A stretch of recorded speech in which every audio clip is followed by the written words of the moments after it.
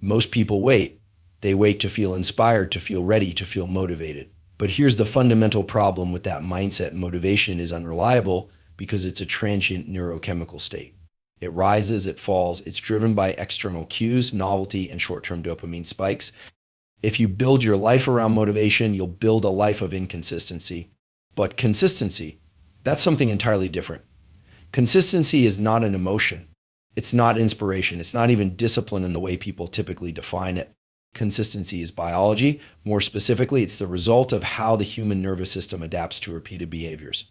The brain is a prediction machine. At any given moment, it is trying to reduce uncertainty by forecasting what will happen next based on what you repeatedly do, not what you say you want to do. So when you repeat a behavior at a consistent time under consistent conditions, you're not just building a habit in the colloquial sense. You are literally training the basal ganglia, the brain's habit-forming center, to recognize that action as part of your identity. And the key to making that happen, you have to stop waiting for the feeling to do it.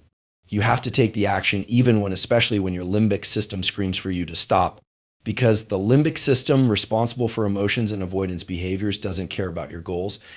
It cares about preserving energy and avoiding discomfort. That's why it resists consistency. But the prefrontal cortex, the part of your brain responsible for decision-making, goal setting, and future planning, can override it.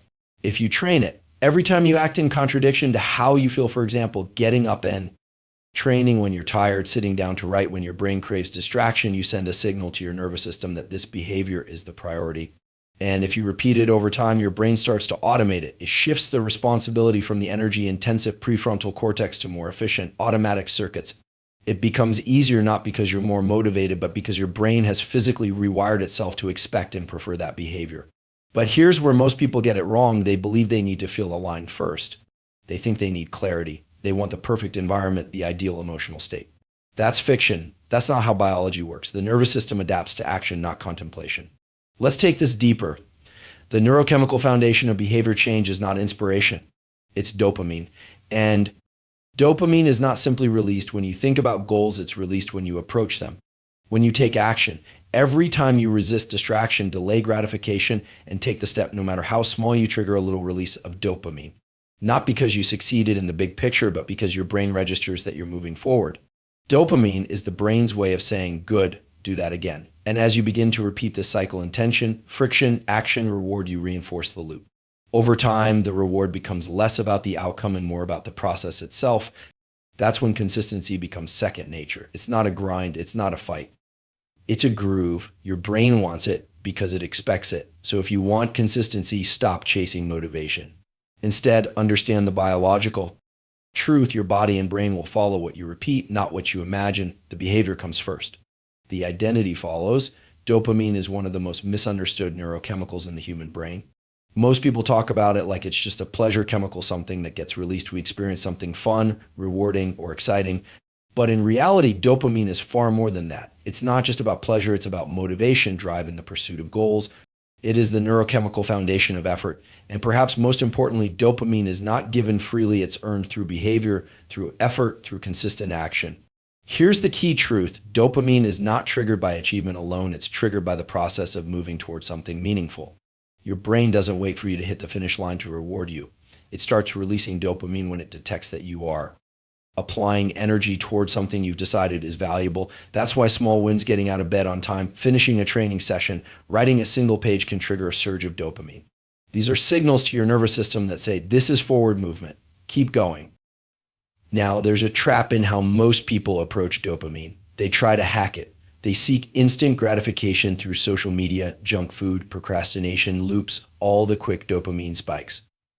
But there's a cost because the nervous system adapts. When you get high levels of dopamine for low effort activities, your baseline starts to drop. The things that require effort like training, building a business, reading, studying, executing under stress, those now feel boring, heavy, even painful. Not because they are, but because your brain has been conditioned to expect reward without work. And here's what neuroscience tells us. The most resilient, consistent people are the ones who've trained their dopamine system to respond to effort, not outcome. They've built the ability to find reward in the process of doing hard things. They've earned the dopamine, and that's why they keep showing up, not because it's easy, but because their brain chemistry now associates effort with reward. There's a specific circuit in the brain responsible for this, the mesolimbic dopamine pathway, which connects the ventral tegmental area, vita, to the nucleus accumbens. This is the pathway that lights up when you pursue something. What's crucial is that the more you engage the circuit by pushing through difficulty, the stronger it becomes. In other words, you're not stuck with your current levels of drive or motivation, you can train it. That's why forcing yourself to stay consistent, especially when you don't feel like it, matters so much. Every time you override the resistance, when you move despite fatigue, when you stay focused despite distractions, you signal to your brain that effort is valuable. And the brain listens. It starts to release more dopamine during the pursuit, not just the outcome. This isn't mindset, it's mechanism, it's biology doing what it does best, reinforcing whatever behavior you show it matters most. And the reverse is also true. When you consistently reward yourself with dopamine without action, doom scrolling, binge watching, comfort eating, your brain starts to believe that effort is unnecessary. So it stops releasing as much dopamine when you actually try. The result? Apathy, low energy, burnout. Not because something's wrong with you, but because you've trained your reward system to favor ease over effort.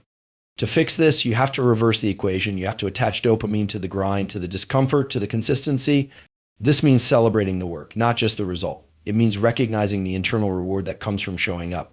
And when you do this, when you link the chemistry of reward to action, you start to shift your entire identity. You become someone who is driven not by fleeting feelings, but by a deep neurological link between challenge and purpose. This is how high performers operate. This is how elite athletes, creators, scientists, and leaders sustain output for years. They don't wait to feel good to act. They've trained their brain to feel good because they act. They've earned their dopamine, and now that system works in their favor. And while this process doesn't happen overnight, the moment you start taking control of your behavior and rewarding the effort, you start to rewire your entire reward system from the inside out. The prefrontal cortex is the most advanced structure in the human brain and the most underutilized. It's responsible for executive functions, planning, focused decision-making, delaying gratification, regulating emotion, and overriding impulses. In other words, it's the part of your brain that allows you to act according to your long-term goals instead of being pulled around by short-term desires. If you want to be consistent, if you want to build discipline that lasts, you have to learn to engage and leverage the power of the prefrontal cortex. Most people live in reaction. Their behavior is dictated by emotional states, by environmental triggers, by habit loops formed over years. That's because when you're not consciously directing your actions, the brain defaults to older, more primitive systems like the amygdala, which governs fear, emotional reactivity, and stress responses, or the striatum, which governs habitual behavior. These systems are efficient, but they're not aligned with growth. They're designed for survival, not excellence. The prefrontal cortex changes that. It gives you the capacity to step out of automatic mode and make intentional choices. But here's the key. You have to activate it deliberately. It does not dominate by default. The prefrontal cortex requires effort to turn on, especially when emotions are high or distractions are present. That's why doing the hard thing, choosing the workout instead of the excuse, choosing the work instead of the scroll feels difficult. It's not just psychological resistance, it's neurological competition. You are literally experiencing a battle between the prefrontal cortex and older brain structures. But you can train this system like a muscle. Every time you override a distraction, every time you resist an impulse, you strengthen the neural circuits of the prefrontal cortex. You increase its influence over your behavior. That's how real discipline is built, not through brute force, but through repetition and neurological reinforcement. Let's go deeper. The prefrontal cortex is divided into multiple regions, each with specific roles. The dorsolateral prefrontal cortex is involved in working memory and goal management. It helps you keep your objectives in mind and resist irrelevant distractions. The ventromedial prefrontal cortex helps assign value to different outcomes. It plays a role in determining what matters and what doesn't. And the anterior cingulate cortex, closely linked with the prefrontal system, is involved in error detection and conflict monitoring. It helps you recognize when your behavior is out of alignment with your goals. These systems work together to help you regulate yourself. But again, they only work if you activate them. That starts with awareness, catching yourself in the moment of distraction or emotional reactivity, and then shifting into intention. You can do this through techniques like deliberate breathing, reframing, or simply pausing and naming your current state. The act of labeling what you're feeling engages the prefrontal cortex. It's a neurological switch from emotion to logic, from impulse to intention. Consistency depends on this mechanism. If you leave your behavior up to chance, emotion, or habit, the older parts of your brain will always win. They're faster, they're designed for efficiency, not growth. But when you engage the prefrontal cortex, you step into control. You take ownership of your actions, and that's the gateway to consistency. There's also a timing element here. The prefrontal cortex has limited energy. It's most active and effective early in the day or right after deliberate rest. That's why your ability to make disciplined choices often deteriorates as the day goes on, not because you're weak, but because the system is fatigued. Knowing this, you can structure your day around it. Put the most important high-resistance tasks early. Reduce decision fatigue by using routines. Simplify your environment to reduce unnecessary willpower expenditure. These are not productivity hacks, they're biological leverage points that align with how your brain actually works. You can also train the prefrontal cortex through specific practices. Mindfulness meditation has been shown in countless studies to strengthen this region of the brain. So, has cognitive reappraisal the process of deliberately changing how you interpret a situation? Cold exposure, physical training, deep work, all of these activities require and reinforce prefrontal activation. The more you expose yourself to controlled discomfort while maintaining intention, the more dominant this system becomes over your behavior. This is how consistency becomes neurologically sustainable. You are not just relying on willpower. You are changing the architecture of your brain. You are putting the highest, most evolved part of your nervous system in charge of your life. And once the prefrontal cortex becomes the default driver, not the exception, your actions begin to match your values, regardless of how you feel in the moment. One of the biggest mistakes people make when trying to build consistency is focusing too much on what they want to do and not nearly enough on when they're going to do it. They build massive to-do lists, chase big goals, and write out detailed plans, but none of that matters if they don't carve out time first. Because in the brain, time is what creates structure. Time is what builds rhythm. If you want to be consistent, you have to stop obsessing over the task and start anchoring behavior in time. The nervous system thrives on predictability. It's how the brain optimizes energy and reduces uncertainty. When you train at the same time each day, or write at the same hour, or read during the same window, your brain starts to anticipate that pattern. It begins to prepare you mentally and physically before you even begin the activity. This is called circadian entrainment, the syncing of your internal systems to external time cues. And once you have that, the friction to get started drops dramatically. You're not negotiating with yourself every day. You're not debating whether you feel like it. You just go, because time tells the brain this is what we do now. This is especially important when you're building a new behavior. The brain doesn't have an established neural pathway yet, so it's searching for signals for consistency, for anchors. If the behavior is sporadic, done at random times, based on random emotions, your brain doesn't know what to attach it to. It doesn't become automatic, but if it's paired with a consistent time slot, your brain starts to link that time of day with the activity itself. Over time, it becomes less effortful to initiate. You stop relying on motivation and start relying on timing. This is backed by neuroscience. The suprachiasmatic nucleus in the hypothalamus is the master clock of the body. It regulates energy, alertness, hormone release, and even mood, all based on your timing cues. When you create a fixed time for certain behaviors, you're feeding clear inputs into that system. You're helping your brain and body align their internal state with your desired actions. That's not just psychological. That's biological leverage. Now, there's another layer to this. When you focus on time rather than task, you lower the psychological resistance. Think about it. If your brain sees write a book or run 5 miles, it immediately anticipates effort, outcome, and potential failure. But if you tell yourself, I'm going to write for 20 minutes, or I'm going to run from 7 to 7:30, the pressure drops. You're not promising a result. You're committing to a duration, and that's a shift the brain can handle more easily. You're creating a window, not a wait. This is how consistency starts, not by completing the entire task, but by showing up during the scheduled time. Because once your nervous system recognizes that the session has begun, the momentum carries you forward. And even if you don't perform at a high level, the circuitry gets trained, the habit gets reinforced. You're building the neural pathways of consistency, not perfection. There's also something important here about identity. When you start showing up at the same time each day, you start becoming someone who respects structure. Your self-perception shifts. The behavior is no longer just something you do, it becomes part of who you are. And that transformation starts with the clock, not the calendar. You don't need a massive plan. You need a window of time that you honor, no matter how you feel. That's what builds internal trust, the knowledge that you'll follow through when the time comes. This is also why duration matters more than intensity in the beginning. You don't have to perform at a peak level every session. That's a myth. You just have to stay in the container of time. If you commit to 30 minutes, don't leave at 20. If you say 10 minutes, don't bail after 5. This teaches your brain that time is non-negotiable. You're not reinforcing outcomes, you're reinforcing presence. That presence repeated daily is what leads to exponential improvement. Friction is usually seen as the enemy of progress. It's the invisible force that slows you down, makes things feel harder, and creates resistance between intention and action. Most people spend their lives trying to reduce friction, make everything smoother, faster, more convenient. But when it comes to building consistency, friction isn't the enemy, it's the tool. If you understand how friction works in the brain and behavior, you can use it strategically to make staying consistent easier than quitting. Let's start with how friction functions neurologically. Your brain operates on energy efficiency. It wants to conserve effort and avoid unnecessary expenditure of resources. That's why you default to habits, automated behavior loops that cost less energy. Every time you make a decision, especially one that involves overcoming resistance, you're burning cognitive fuel, activating your prefrontal cortex, and engaging in deliberate control. If friction is high and reward is delayed or uncertain, your brain starts looking for an escape, something easier, something familiar. But here's the paradox. Friction can work both ways. It can either stop you from doing the right thing or it can stop you from doing the wrong thing, depending on how you set up your environment. And this is where you take control. You don't just fight friction with willpower.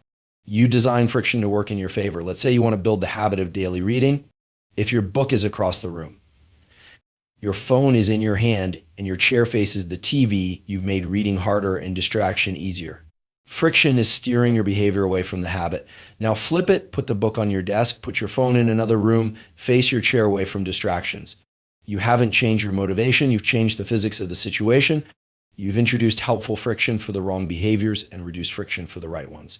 This isn't theoretical, it's behavioral architecture. The human brain is extremely sensitive to what's called activation energy, the initial effort required to start a behavior. The higher the activation energy, the less likely you are to follow through. So the goal is to lower that threshold for consistent behaviors and raise it for self-sabotaging ones. If you want to work out in the morning, put your shoes next to your bed. If you want to stop wasting time online, block the websites, or delete the apps, don't rely on self-control, rely on the design of your environment to make default behavior the right behavior. And there's another layer here. Friction can also exist in your mental environment. The stories you tell yourself, the language you use, the internal dialogue, all of that either accelerates or slows your momentum. Saying I have to do this creates internal drag. Saying this is who I am reduces mental friction. Your nervous system is listening to your internal commands. If you frame a task as a burden, your brain will look for escape routes. If you frame it as identity reinforcement, it will help you stay aligned. What's powerful is that friction, once designed correctly, builds momentum. The more you reduce the friction to start, and the more you increase the friction to quit, the easier it becomes to stay on track. You stop negotiating with yourself. You stop relying on feelings. You've made consistency the path of least resistance. This principle scales. At the micro level, it's where you place your tools, how you manage distractions, how you automate behavior. At the macro level, it's about how you structure your life, who you spend time with, what environments you choose, what systems you build around your routines. All of these are friction points. All of them are either helping or hurting your consistency. The mistake people make is trying to use motivation to fight a system that's rigged against them. Instead, you rig the system. You reverse engineer your environment so that even when your willpower is low, your structure keeps you aligned. This is why successful people don't always have more discipline, they have better systems. Systems that make inconsistency costly and alignment easy. Systems that reduce the number of decisions required and create automaticity around critical habits. Systems that are designed with friction as a lever, not a wall. And the more you use friction with intention, the more you turn effort into rhythm and rhythm into identity. Most people wait for an identity shift before they act. They think, once I see myself as disciplined, then I'll start waking up early. Or when I feel like a runner, then I'll start running consistently. But that approach is backward. The nervous system doesn't respond to wishful thinking or self-labels. It responds to input. In neurobiological terms, identity is not a prerequisite for behavior. It is a byproduct. Identity follows behavior, not the other way around. Your brain is constantly watching what you do and using that data to determine who you are. Every action is a vote for the type of person you're becoming. If you repeatedly choose to train when it's inconvenient, your nervous system starts to associate discomfort with progress. If you consistently show up and write, even when uninspired, your brain begins to internalize the identity of someone who creates regardless of emotion. These aren't affirmations, these are behaviors, and behaviors repeated with consistency rewire identity from the inside out. This process is governed by real neural mechanisms. The brain forms identity through neuroplasticity, the brain's ability to change based on experience. Every time you take action, you fire specific neural circuits. The more frequently those circuits are activated, the more stable and automatic they become. This is how habits form, but it's also how self-perception forms. Over time, those actions don't just feel easier, they start to feel natural. That's the threshold at which behavior becomes identity. Not because you told yourself a story, but because your nervous system has adapted to repeated action. What this means is simple but powerful. You don't become disciplined by thinking like a disciplined person. You become disciplined by acting like one long enough for your brain to believe it. This is why early momentum matters so much. In the beginning, the behavior feels forced. It feels like a performance. That's normal. That's not inauthentic. That's biology catching up to intent. You're wiring a new identity through effort. The resistance you feel isn't a sign of failure. It's a sign of change. There's also a feedback loop involved. Once your brain starts to internalize a behavior as identity, it begins to predict future behavior based on past actions. That means every time you follow through, every time you train, write, read, study, build, you're not just completing a task, you're giving your brain evidence to update its internal model of who you are. That internal model becomes your default operating system. It governs your choices, your habits, your self-talk, and ultimately your destiny. This is why relying on motivation is unreliable. Motivation is an emotion. Identity is a system. If you only act when motivated, you're conditioning your brain to believe that your actions are tied to feelings. That erodes trust in your own consistency. But if you act regardless of mood, you teach your brain that effort is non-negotiable. You teach yourself that you are someone who honors action over emotion, and that becomes the blueprint for your identity. The nervous system thrives on consistency. It's how the brain allocates energy and builds prediction models. When your behavior is scattered, your brain has no clear signal. It doesn't know who you are. But when your behavior is consistent, even if it's small, it sends a loud, clear message. This is what we do.